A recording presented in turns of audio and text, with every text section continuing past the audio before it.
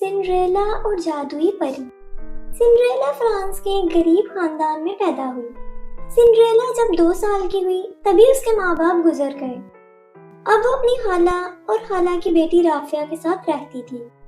وہ دونوں سنڈریلا کو بالکل پسند نہیں کرتی تھی۔ اس کی خالہ اور اس کی بیٹی سنڈریلا پر بہت ظلم کرتی تھی۔ وہ دونوں اس سے گھر کا سارا کام کرواتی۔ سنڈریلا ان کے گھر میں بس ایک نوکرانی کی طرح رہا کرتی تھی۔ ایسے ہی ایک دن وہ بازار میں کچھ سامان لینے کے لیے گئے، تبھی بازار میں محل کے سپاہی آ کر اعلان کرتے ہیں، سنو سنو سنو، اس بازار کے سب لوگ دھیان سے سنو۔ آج ہم لوگ یہاں اس لیے آئے ہیں کیونکہ ہمیں اپنے شہزادے کے لیے ایک خوبصورت سی لڑکی کی تلاش ہے، جس کے لیے کل محل میں ایک تقریب بھی رکھی گئی ہے۔ اس تقریب میں جو لڑکی ہمارے شہزادے کو پسند آئے گی وہی بنے گی شہزادے کی دلہن اور فرانس کی نئی ملکہ۔ محل کی تقریب میں ساری لڑکیوں کو آنا ہوگا۔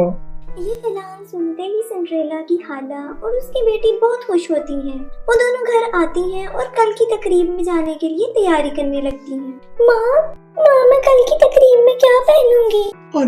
ارے تو فکر نہ کر، میں تیرے لیے بازار سے بہت ہی خوبصورت سا لہنگا لاؤں گی، اور ہاں، تقریب میں تو ہی سب سے زیادہ خوبصورت دکھے گی، دیکھ لینا۔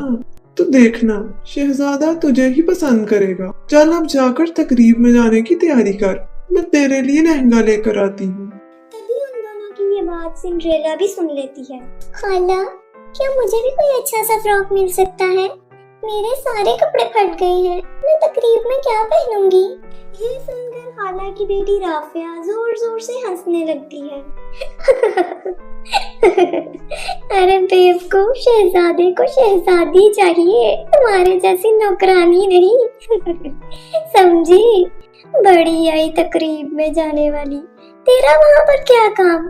شہزادہ تجھ جیسی نوکرانی کو محل میں نوکرانی بھی نہ رکھے۔ خالہ، تقریب میں تو سبھی لڑکیوں کو بلایا گیا ہے نا؟ ارے او کرم جلی، پیدا ہوتے ہی تو سب کو کھا گئی، اب کیا شہزادے کی زندگی بھی خراب کرنے کا سوچا ہے؟ تجھ جیسی منحوس کے سائے سے بھی سب کو دور رہنا چاہیے۔ تو نے آج کے بعد اس گھر سے قدم بھی باہر رکھے تو میں تیرا برا حال کر دوں گی، سمجھی؟ خالہ اور رافیہ کی باتیں سننے کے بعد سنڈریلا روتے روتے گھر کا کام کرنے لگتی ہے۔ اس کی خالہ کی بیٹی آج بہت خوش تھی کیونکہ آج رات اسے تقریب میں جانا تھا۔ وہ تیار ہو کر اپنی ماں کے پاس آتی ہے۔ ماں دیکھو نا میں کیسی لگ رہی ہوں، یہ فراک کتنا پیارا لگ رہا ہے۔ ارے واہ، میری بیٹی تو بالکل شہزادی لگ رہی ہے، کسی کی نظر نہ لگے میری بیٹی کو۔ وہ سب تو ٹھیک ہے ماں، مگر میں اپنا ہیئر سٹائل کیسا بناؤں؟ مجھے تو کچھ سمجھ نہیں آ رہا۔ برا نہ مانا تو کیا تمہارا ہیئر سٹائل میں بناؤں رافیہ؟ مجھے بہت اچھی ہیئر سٹائل بنانی آتی ہے۔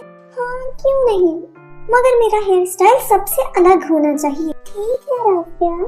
وہ رافیہ کے بال بناتے بناتے ایک بار پھر اپنی خالہ سے کہتی ہے، خالہ پلیز مجھے بھی تقریب میں لے چلیے نا، میں گھر میں اکیلے کیا کروں گی؟ مجھے اکیلے گھر میں بہت ڈر لگتا ہے، میں بس دور سے ہی آپ لوگوں کو دیکھوں گی۔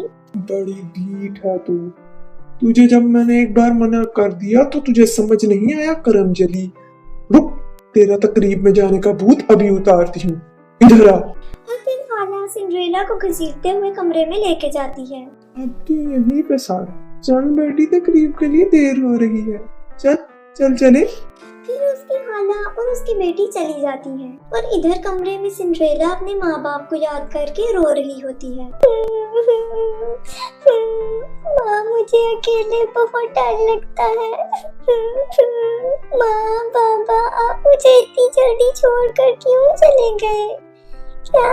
کیا میں آپ لوگوں کو پسند نہیں تھی؟